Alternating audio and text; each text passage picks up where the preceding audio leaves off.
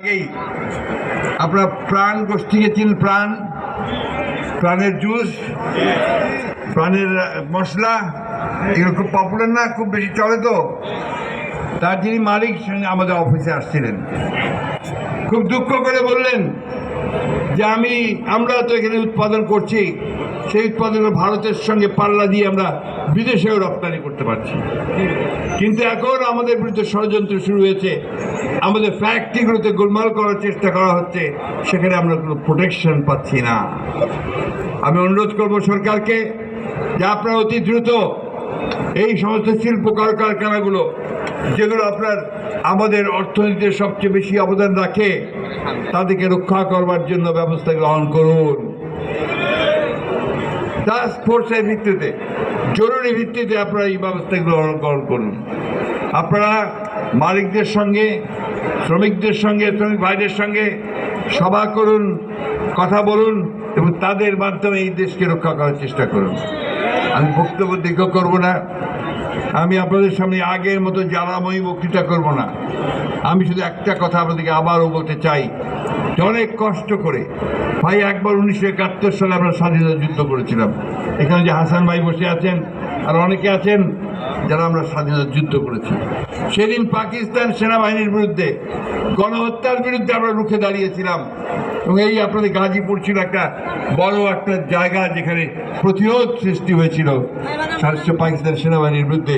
সেদিন মানুষ রেখে দাঁড়িয়েছিল, তাই না?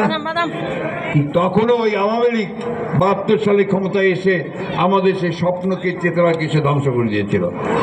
এবারও 2008 সালে ক্ষমতায় আসার পর থেকে সে পরিকল্পিতভাবে গণতন্ত্রকে ধ্বংস করেছে, আমাদের অধিকারগুলোকে ধ্বংস করার চেষ্টা করেছে, দেশকে আবার একেবারে শূন্য কপট দক্ষিণ করার চেষ্টা করেছে। আমরা সেখানে আর ফিরে যেতে চাই না। চাই আমরা?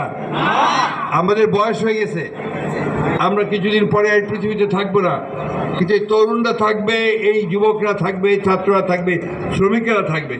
তাদের দেশটাকে তাদের মতো করে গড়ে তুলতে হবে বন্ধুগণ। আজকে নতুন বাংলাদেশ গড়ার কথা এসেছে। আমরাই বলেছি 2 বছর আগে 31 দফা দিয়েছিলাম, বারবার করে বলেছি যে 31 দফার ভিত্তিতে দেশের সত্যিকার অর্থে একটি গণতান্ত্রিক রাষ্ট্র নির্মাণ করতে হবে, মানুষের অধিকারগুলোকে নিশ্চিত করতে হবে। আজকে চমৎকার একটা পুলিশ ব্যবস্থা, চমৎকার একটা বিচার ব্যবস্থা, চমৎকার একটা আপনার প্রশাসন ব্যবস্থা, অর্থনীতি সমস্ত সুন্দর করে গড়ে তুলতে হবে। সেই লক্ষ্যেই আমাদেরকে কাজ করতে হবে।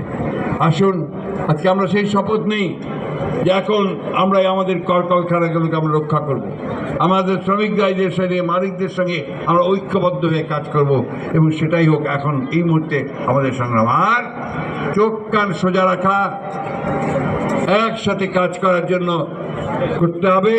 আর শত্রুরা আবার যেন আমাদেরকে ক্ষতি করতে না পারে, বাংলাদেশের স্বাধীনতা কেড়ে নিতে পারে, তার জন্য আমাদেরকে ঐক্যবদ্ধ হয়ে সতর্ক থাকতে হবে বন্ধুগণ। ঠিক আছে? সবাই একমত? আমাদের নেতা তারেক রহমান সাহেব আমাদেরকে যে নির্দেশ দিয়েছেন সেটা আমরা পালন করব। ম্যাডাম খালেদা জিয়া যে বলেছেন সেটা আমরা পালন করব। আসুন আমরা সেই লক্ষ্যে সমস্ত রাজনৈতিক দলগুলোকে আহ্বান জানাচ্ছি, আসুন এখন আবার বিভাজন সৃষ্টি করার যে চক্রান্ত, তাকে রোধ করে দেন, রোধ করে দিয়ে সবাই ঐক্যবদ্ধ হয়ে আমরা এই দেশকে যেন আবার গড়ে তুলতে পারি, সেই লক্ষ্যে আমরা কাজ করি। সকলকে ধন্যবাদ। আসসালামু আলাইকুম। শ্রমিক ভাইদেরকে আমি বিশেষভাবে ধন্যবাদ জানাচ্ছি। ভালো থাকবেন, সুস্থ থাকবেন। আসসালামু আলাইকুম। খুদা হাফেজ।